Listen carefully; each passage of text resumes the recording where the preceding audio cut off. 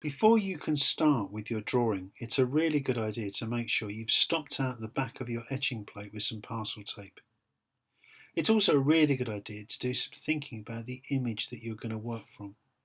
When you're particularly doing a hard grain etching, it's really useful to work from a negative image.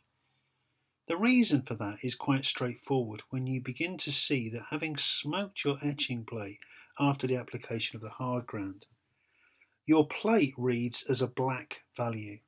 And as you start to draw into that ground with your etching needle, your line is now reading as a white line against that black ground. But after you've etched your plate, the line that you're drawing through the ground will be the line which holds the ink. So the whole image will be inverted back the other way round. So if you work from a negative image to start with, it can really help you judge the tonal values of the image.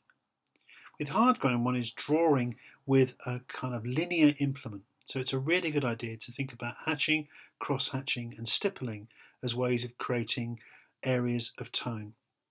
Try not to bring the areas of line too close together because that can produce open bit areas which won't hold the ink in the same way as closely knit hatching marks.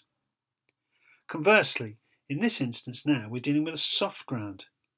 Here the soft ground has been applied to the plate and a sheet of newsprint wrapped around the etching plate.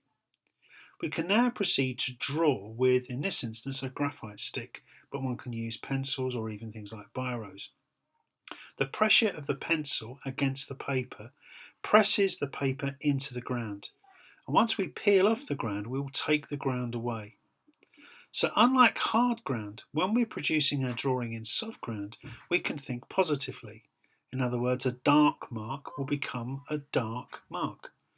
We can also shade much more liberally with the edge of our graphite stick, thinking about areas of tone.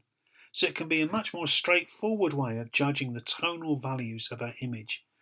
We can obviously also think about ideas around mark making and working in quite gestural or quite delicate ways.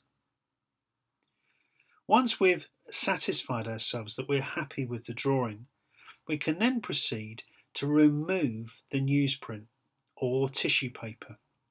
In this instance, however, the tape at the back was actually sticking to the newsprint, so it's torn some of the top edge. However, what you can now see on the newsprint is the residue of the drawing, and you can see the way that the ground is now exposed.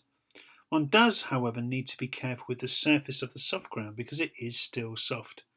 But this gives you quite a good idea of what the image might come out looking like in the final etching.